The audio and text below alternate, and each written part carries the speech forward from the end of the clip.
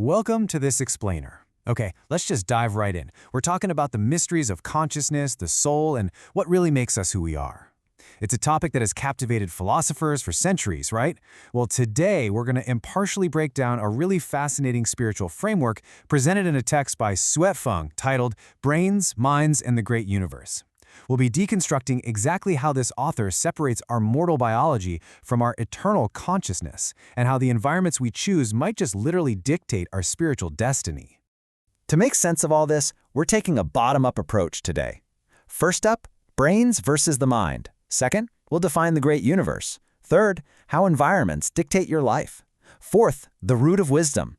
And finally, the path to ascension. All right, let's start with our first foundational concept. Section 1, brains versus the mind, the mortal hardware versus the eternal software. So the author sets up this really strict duality, essentially asking us to completely rethink what the brain actually is. Rather than the absolute core of our being, the brain is defined merely as a bridge or a channel. It processes sensory input, sure, but it's totally restrained by the material world. The text argues that without the outside world to feed it data, the brain is essentially dead. It is strictly mortal hardware that relies entirely on external stimulation just to function and survive.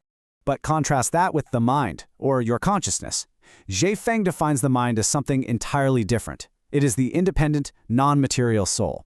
So while the brain is tied down to the physical realm, the mind actually determines the nature, the essence, and the spiritual level of your life.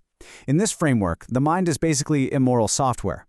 In fact, the author goes as far as to say that as long as a mind exists, it actually has the power to create a universe. Let's put them side by side to really see the contrast. The brain is a restrained material channel that literally dies without the universe. But the mind? It's an independent, eternal soul capable of creating a universe. Simply put, the hardware needs the universe, but the software completely transcends it. And that brings us to our next building block, Section 2, defining the great universe, the data source of the mind. You know, when we hear great universe, we immediately think about our space, right? But the author actually splits this into two completely different, fascinating categories. There's the material reality, the traditional seeing, tasting, and touching, but then there's what they call super reality. Think about this for a second. The books you read, TV screens, your dreams, and even your subconscious imagination are considered just as much a part of the great universe as physical objects. Literally everything you consume, whether physically or mentally, is data entering your brain. This perfectly illustrates how we can actually optimize our mental hardware. As the text quotes, read 1,000 books and travel 1,000 miles. Whether you are traveling material miles or reading super reality books, you are feeding high-quality data to your processor. And the more high-quality data you feed that processor, the more powerful the mind becomes. Moving right along to Section 3, environments dictate your life, the law of input and output.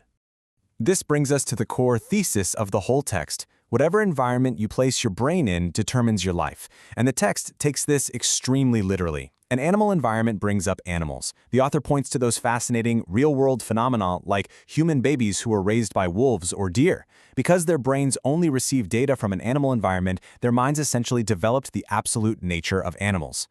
So, logically then, a human environment brings up people. If your brain's diet consists purely of human interactions and the everyday human world, you will naturally just cultivate a human mind. Now, here's where the author applies this exact same strict biological logic to the spiritual level. If you want to become a celestial being or a Buddha, you absolutely cannot achieve that in a human environment. It's just not possible. A celestial environment brings up celestial beings. A Buddha environment brings up Buddhas. The input has to perfectly match the desired output. The text uses this really vivid proverb to anchor the concept. The bel esprits reside on green mountains with sparkling water, while rogues live on barren hills with turbulent rivers. A bel esprit, by the way, is a person of great wit and intellect. The argument here is that the purity of your physical surroundings inherently dictates your character. You literally become the environment you inhabit. Which leads us directly into Section 4, the root of wisdom, the genetics of past lives. But wait, is it really just our current environment that shapes us? Consider this for a moment. Is genius cultivated or is it innate? Where does true exceptional human potential actually come from? Are we just blank slates waiting to be programmed? Or do we bring something with us into this universe? Well, the text takes a highly specific stance, arguing that genius is not cultivated, but is innate. The author firmly posits that our deeper qualities, what they call our root of wisdom, are actually genetic consciousness downloaded from many, many previous lives. It's a pretty fascinating limitation when you think about it. The author explains that if you haven't lived in heaven in your past lives, trying to spiritually ascend right now is exactly like wanting to be a famous singer, but being born with an untuned, raspy voice. You can practice all you want in a human environment, but some things just require the right spiritual genetics. And that brings us to our final stop today. Section 5, The Path to Ascension, Reaching the Celestial Environment. Here's where all that abstract philosophy shifts into real practical application. The author issues a very clear warning.